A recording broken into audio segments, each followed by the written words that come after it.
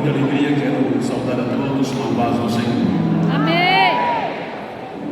Eu quero ler o texto, aproveitando que estamos de pé. O último livro da Bíblia, no último capítulo, versículo 17. Implica dizer... Pastor Genivaldo Bento, gente, vai pregar agora neste momento. Presta atenção aí, pessoal. Versículo 17. Abençoado.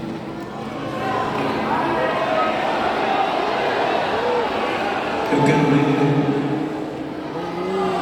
a primeira parte. E o Espírito e a esposa dizem: vem. E quem ouve, diga: vem. Amém? Querem guardar os vossos assentos, aqueles que se podem. Enquanto quero externar a minha gratidão a Deus pela oportunidade e privilégio de mais uma vez poder participar do INDEF. E para tanto agradeço ao pastor Isaac, com a sua antiga esposa e irmã Luísa, pastor Vicente, com a irmã Rosana. Em nome deles, externo a minha gratidão a toda a diretoria, todo o ministério, a igreja e esta juventude.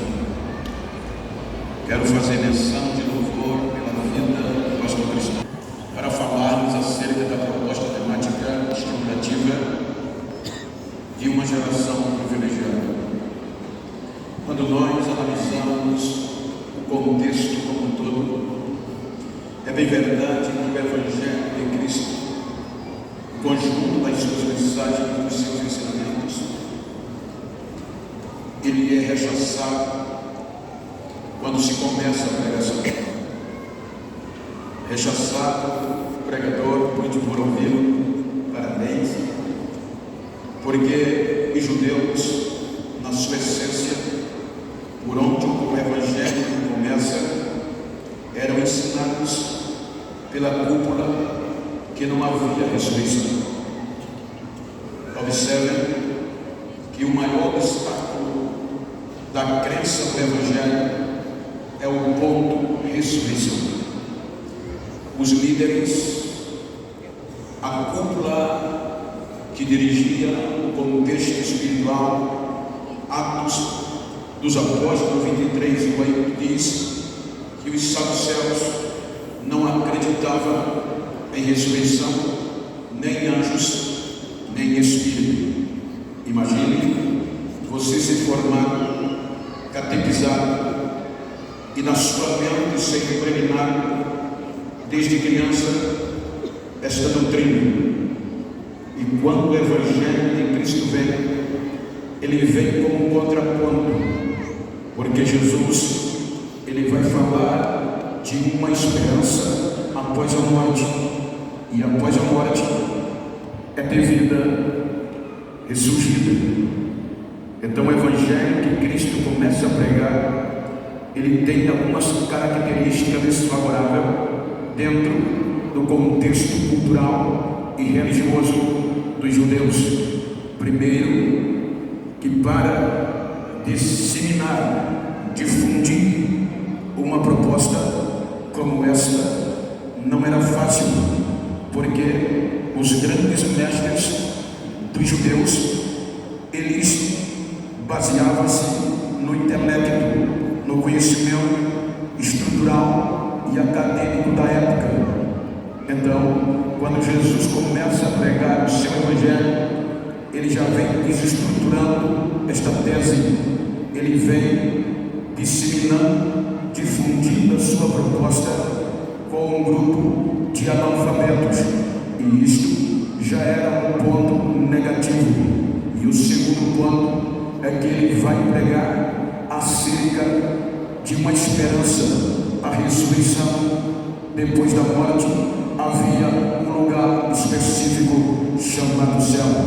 Portanto, a mensagem de Cristo vai impactar o contexto da liderança, a ponto que quando a notícia chega no centro religioso, político, econômico e administrativo, Jerusalém é recebido com desprezo, porque o Evangelho de Cristo ele vai impactar a periferia, ele vai impactar os menos favorecidos, não pela proposta, mas porque os sábios, os entendidos, os acadêmicos resistiam, porque a mensagem de Jesus não tinha nexo acadêmico, porque era baseada no poder de Deus. E como eles não tinham esta intimidade, rechaçavam. Observem que a mensagem de Jesus começa por uma região sombria, região de morte, que era a Galileia, era a fronteira com os fenícios. Isso implicava dizer que era uma mistura, que para Jerusalém não havia espiritualidade. Então Cristo vai pregar que Ele é a ressurreição e a vida, e ninguém vai ao Pai a não ser por mim. Então observe que a primeira reação dentro de um contexto é coibir, é fazer de tudo para parar esta mensagem.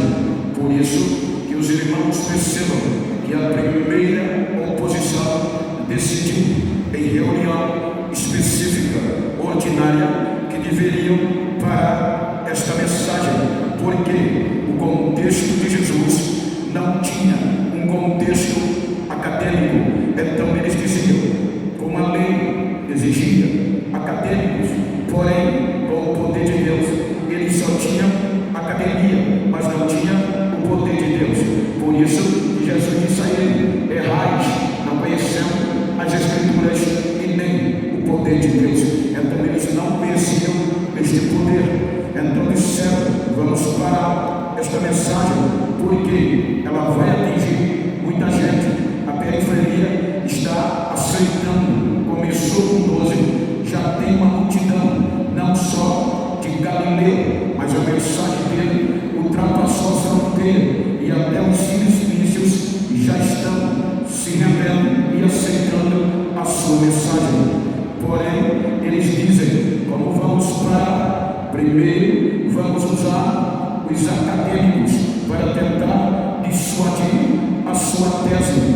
É aí que a Bíblia diz que Jerusalém enviou para Galileia os mestres, os doutores, os acadêmicos. Observem, entre parênteses, abro aspas, ou seja, não estou contrariando nem desfazendo do poder acadêmico, estou contando uma história cultural, porque senão eu não teria me formado. Então, estou contando para você entender a diferença dos judeus da época e do poder do Evangelho. Então disseram, enviaram os peritos, os top line da lei de Moisés, para questionar Jesus acerca da sua mensagem. Observem que um grupo específico de doutores foram a Jesus justamente questioná-los acerca da vida após a morte. E o que é que eles usam? Salvo engano, Mateus 22 diz que eles chegam a Jesus e dizem: Jesus, a nossa lei nos diz que, se, dizendo, vou parafrasear, se eu me casar com uma mulher e não der filho a ela e morrer, então meu irmão mais próximo vai casar com ela para lhe dar filhos e lhe dar nome. Então eles vão dizendo: Senhor, tem um caso entre nós que houve 7 irmãos. O primeiro casou com a mulher e não deu filho. O segundo, o terceiro, até o 7º, todos morreram. E a mulher, quando na ressurreição, de quem vai ser a mulher? Porque todos casaram com ela. Aí Jesus diz: por que vocês me provam? Ora, vocês estão errados, não conhecendo as Escrituras e nem o poder de Deus. Na ressurreição não se casa e não se dá em casamento, porque todos vão ser iguais aos anjos de Deus. Então eles baixaram a cabeça e saíram sem questionar. Tentaram a segunda vez para o Evangelho de Jesus, porque ele era baseado em tese na periferia. Então eles disseram que o Evangelho de Jesus é um escândalo, é uma vergonha. Então, parando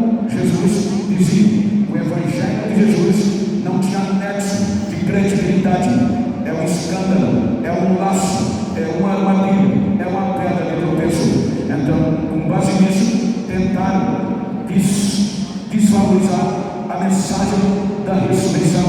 Então, diz o texto que eles causaram um dano tão grande que foi necessário Jesus dizer: todo aquele que se envergonhar de mim e das minhas palavras, eu também vou me envergonhar dele diante do meu Pai e dos seus anjos quando eu vier na minha glória. Observe que Jesus sempre ratifica a ressurreição. Como não conseguiram, disseram: só tem um jeito. Os sacerdotes fizeram uma reunião extraordinária para prender Jesus. E quando conseguiram, disseram: enviaram soldados no templo para ir aonde Jesus está, com ordem coercitiva, digamos assim, para trazer o preso ao templo. Quando os soldados chegaram aonde Jesus estava, foram impactados, porque Jesus estava pregando, ensinando o Evangelho, e eles cometeram um erro. Não proibiram Jesus de pregar e esperaram Jesus terminar o discurso. Quando Jesus terminou, eles já estavam moídos por dentro e não tiveram coragem de dar ordem de prisão. Voltaram para o templo sem o prisioneiro, já transformados. Quando os sacerdotes ouviram sem o prisioneiro, embravecidos, disseram: por que vocês não trouxeram? Eles disseram: nós nunca ouvimos ninguém pregar como ele prega. Ele transformou a gente, ou seja, o seu evangelho é diferente do que o que vocês pregam. Ele prega com autoridade e com poder. Aí não pararam o evangelho. Então decidiram que só tinha um jeito: matar, porque se deixassem Jesus continuar pregando esse evangelho, todo o povo ia crer nele. Ou veja como era difícil um judeu acreditar na ressurreição. Vai chegando 3 anos do ministério de Jesus e nenhum dos 12 discípulos entendiam a ressurreição. 3 anos eles não sabiam, eles não tinham uma visão de arrebatamento. A visão deles era literalmente terra. Jesus destronar o poder do império e reinar literalmente em Jerusalém, mas arrebatamento não fazia parte da história, pois esta primeira geração primitiva cresceu, nasceu na maioria do judaísmo. Então vejam que quando Jesus sabe que agora procuravam para matá-lo, Jesus vai fazer uma reunião com os discípulos, representando uma geração diferente, a sua igreja, uma igreja que ele mesmo disse que o inferno não ia prevalecer. Observe que o Mateus capítulo 1, versículo 17 diz que já 42 gerações que haviam passado, o inferno ludibriou, mas agora Jesus vai estabelecer uma geração que as portas do inferno ia quebrar a cara. Então, sabendo ele que a sua hora estava chegando e que os seus discípulos seriam responsáveis para continuar a divulgar esta mensagem para alcançar todos os povos, ele reuniu-os no capítulo 13 de João. Ele vai se despedir. Capítulo 13 começa uma reunião de despedida. Então ele reúne os discípulos e vai falar-lhes: por um pouco de tempo eu estarei convosco, vocês vão me procurar e não vão me achar. Então na reunião ele vai dar uma lição de mestre aos seus alunos. A Bíblia diz que ele vai ensiná-los a como ser grande. Vocês querem ser grandes? Sejam os menores. Vocês querem ser importantes? Lave os pés um do outro. Ele não só fala por um, mas ele vai dar um exemplo. Então, depois que ele vai dar um exemplo, ele vai dizendo que vai se despedir. Quando ele diz que vai voltar para o Pai, não há credibilidade. A reunião entra em um contexto de celeuma. Os seus ouvintes, os discípulos, não querem entender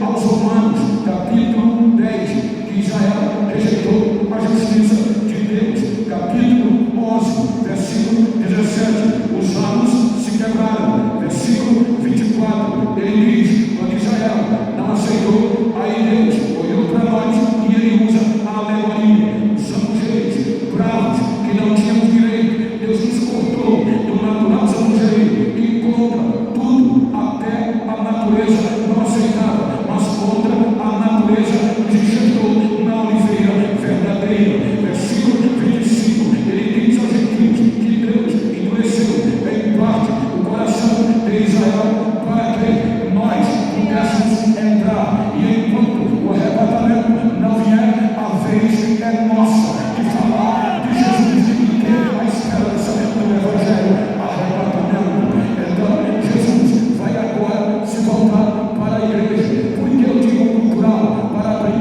a mente do discípulo, consequentemente a nossa, porque na época, quando na cultura normal, no termo matrimonial, quando um pai encontrava uma família e queria se entrelaçar, obviamente ele se dizia: quero ter uma aliança matrimonial através dos nossos filhos. Então, se pastor Isaac tem um filho, pastor Cristóvão tem uma filha, ele dizia: está feito. Então, pastor Deus, pastor Isaac dizia a cultura, ele enviava, ou seja, chegava em casa, dizia ao filho: eu já comprometi você, eu já fiz um tratado com você e uma esposa.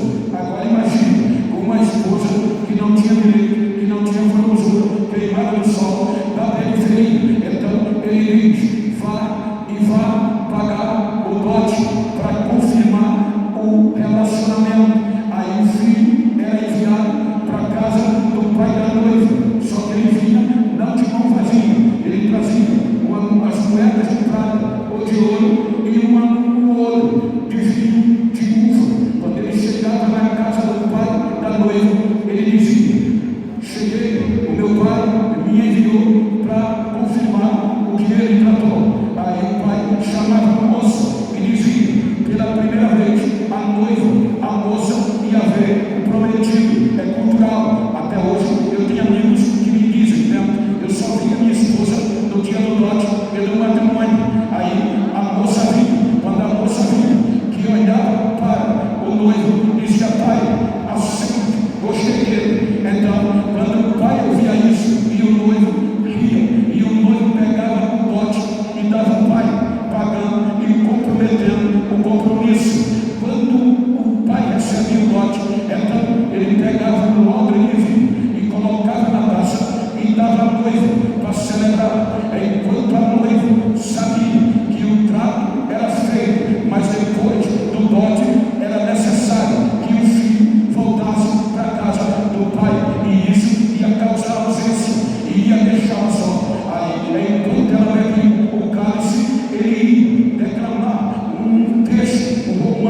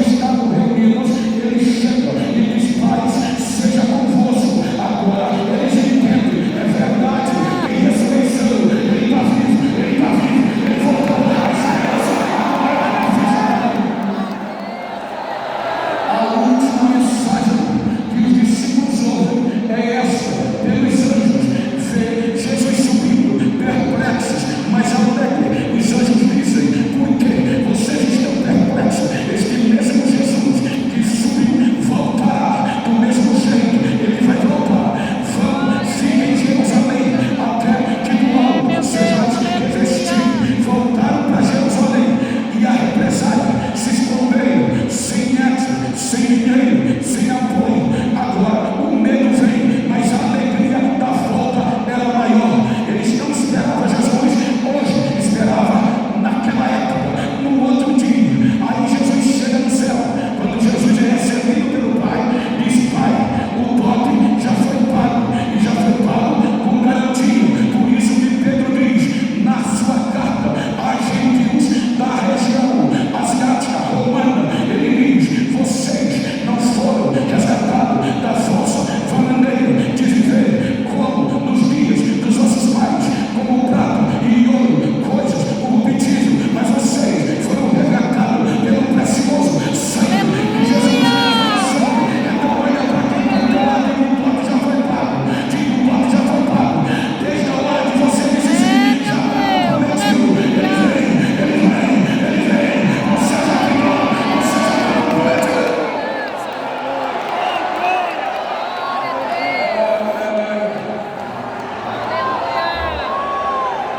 Aí Paulo vai usar para a região grega romana, primeira e segunda carta aos Coríntios, capítulo 1, versículo 20 por diante, vai usar isso aqui. Ele diz que todas as promessas de Deus têm em Cristo o sim, porque o próprio Deus nos selou com o penhor do seu Espírito. Penhor é o primeiro pagamento. Se eles acertarem, então como ele é o pai do noivo, ele vai enviar para a casa da noiva uma garantia de que ele vai cumprir o que prometeu, para que esta garantia fique com a noiva, consolando, ajudando, protegendo até o dia do matrimônio. Aí ele chega no céu e é coroado, é festa pela glória. A igreja está garantida, a noiva.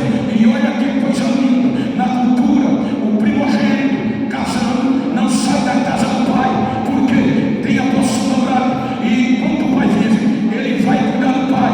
Por isso que ele diz: eu vou construir uma casa dele. Não, ele é único, é unigênito, nunca vai deixar. Ele diz: na casa do meu pai você vai morar lá. E se na cultura o filho não sai da casa do pai, olha que coisa linda para a igreja.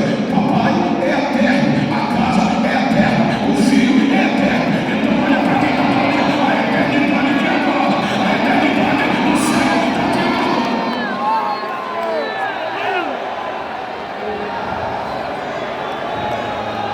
Aí ele senta à direita do pai,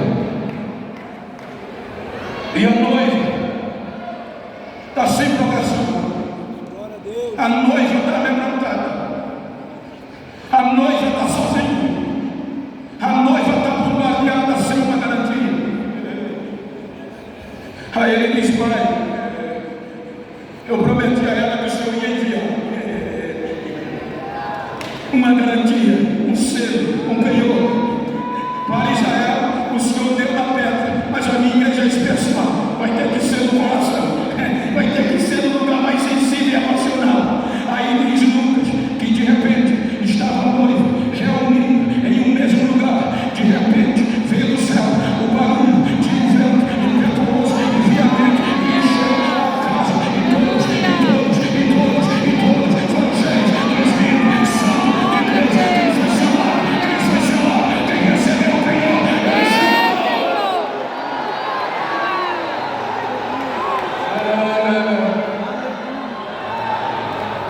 e qual é a função do Consolador, do penhor? Quando a noiva está triste, ele diz: eu vou lhe consolar.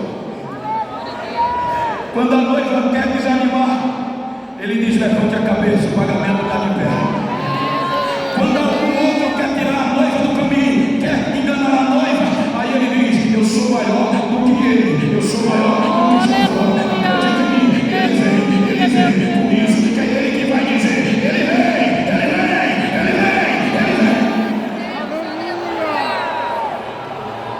Agora, a igreja não tem mais medo, sai do esconderijo e vai disseminar o que aprendeu o contrator de contratos. E qual era a mensagem principal? Era bote? Não. Qual era a mensagem?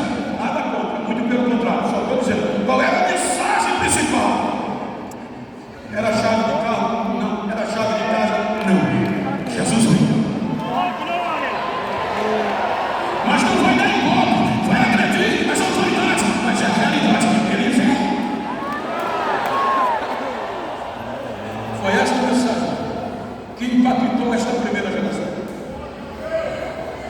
Porque para os judeus é um escândalo.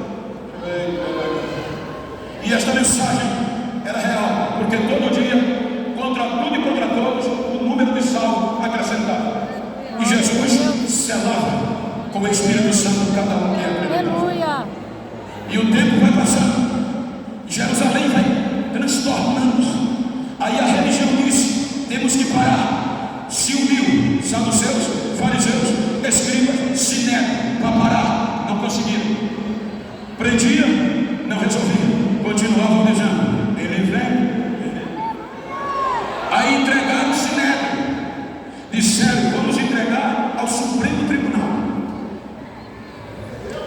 Eles vão apelar pela jurisdição, ou seja, pelo jurídico.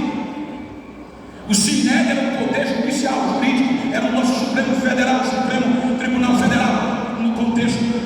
Então disseram: tem que parar este povo que está perturbando a cidade e a adjacência com uma mensagem que eles têm um novo rei, a não ser César. Tem que parar. Aí eles acataram, receberam e tornaram Pedro e João iniciaram como réu, perturbadores da ordem pública. Aí coercitivamente convocam Pedro e João para comparecer e testificar, para que eles dissessem que eles não podiam fazer mais nada. Aí Pedro, analfabeto, João, analfabeto do interior, agora imagine, diante do Tribunal Federal Judicial, sem entender a linguagem técnica, quando eles chegaram, Atos 4, 13, está dizendo que quando Pedro e João chegou diante dos magistrados, não gaguejaram, começaram a falar de Jesus com ousadia. Aí diz que os magistrados ouviram e sabendo que Pedro e João eram letrados, ficaram admirados e disseram: são discípulos de Jesus. Se é discípulo de Jesus, não tem como parar a promessa.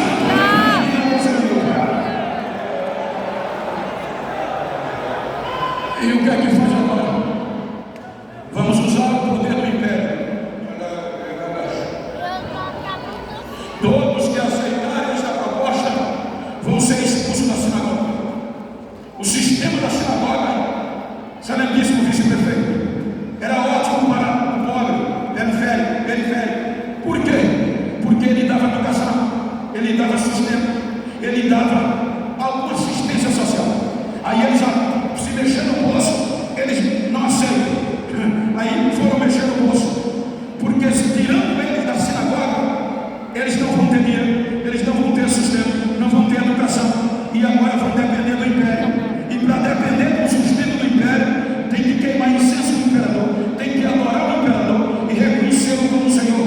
Então vamos, aí mexeu no bolso, mas a Bíblia diz que mexendo no bolso, pensando que o evangelho ia parar, e a mensagem do arrebatamento ia parar, quebraram a cara, porque quanto mais eles apertavam, mais pessoas aceitavam Jesus. Agora, sem ter o que comer, sem ter direito aos colégios, sem ter acesso, sem ter ibope, sem ser reconhecido, eles não desistiram. Quando eles pensavam que ele ia adorar o imperador, agora não vou. A oração era uma só: Maranata, Maranata, ora vem, ora vem, ora vem, ora vem. Senhor Jesus, não desistir, não podemos.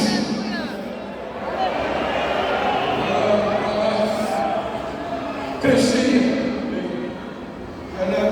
Olha o que essa geração passou. O que é que vamos fazer? Agora só tem um jeito: o Coliseu. Vamos jogar o Coliseu contra eles, para que sejam espetáculos. E assim eles desistiram. Aí levaram a rua todos que aceitavam e faziam parte dessa doutrina, sendo pegos, eram presos e iam ser expostos como espetáculo. Eu estive pregando em Roma recentemente, em Milão, na Itália recentemente, e vou voltar para o mês. E eu tive o prazer de passar mais 6, 7 horas dentro do Coliseu com um guia espanhol. 5 como este, arquibancadas, uma estrutura fenomenal, lugar para as autoridades, tudo perfeito, tablado, embaixo do tablado, prisões, buraco, jaulas. Pegaram os cristãos e jogavam pai, mãe, filhos que aceitavam Jesus e acreditavam na sua volta, jogavam no Coliseu. Os filhos choravam, os romanos gritando, querendo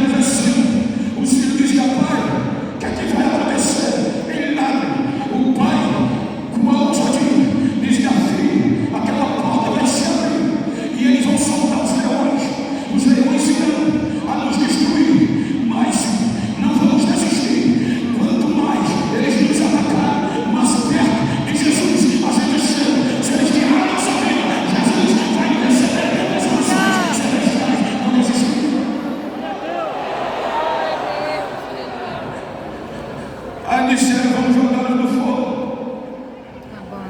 Por acreditar no arrebatamento, fizeram um tacho enorme, colocaram o corredor, tocha de fogo na entrada e começaram a tirar os crentes acorrentados. E a ordem era: se não desistir, vai ser jogado no fogo, no azeite fervendo. A labareda crescia, os soldados bem armados, irados, chegavam nos crentes acorrentados e diziam: ou vocês desistem, ou a gente leva vocês para jogar naquele azeite, a labareda na alta. Os crentes, ouvindo isso, tremiam e queriam se soltar um do outro. Eu perguntei, eles estavam com medo. O guia disse: não, Deus, eles estavam tão crendo em ver Jesus e acreditando na ressurreição, que eles diziam: me solta, que quem vai primeiro sou eu, deixa que quem vai cair primeiro sou eu. Os soldados viram que eles não iam desistir e pegavam os dois e jogavam de dois em dois no fogo. O fogo fazia barulho, os romanos vibravam, ovacionando o imperador, e os crentes presos cantando louvores. Aí no nosso Deus, o guia disse: não deu 20 minutos, eles se calaram, os romanos pararam de gritar. Que aqui houve? Os crentes que eram jogados no tacho começaram a pular dentro do fogo sem nenhuma queimadura, e as correntes desapareceram do fogo. O fogo queimou as correntes, mas não queimou nem a esperança.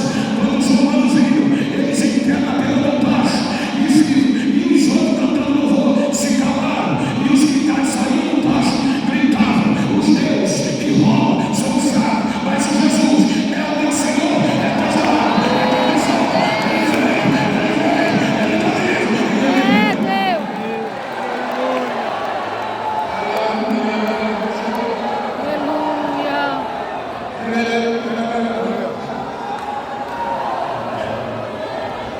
geração primitiva. 49 anos depois de Cristo, o imperador Cláudio expulsa os cristãos, os crentes de Roma. Não pode trabalhar no exército. Cidades devastadas por conta dessa esperança. Enquanto eles expulsavam os crentes de Roma, a porta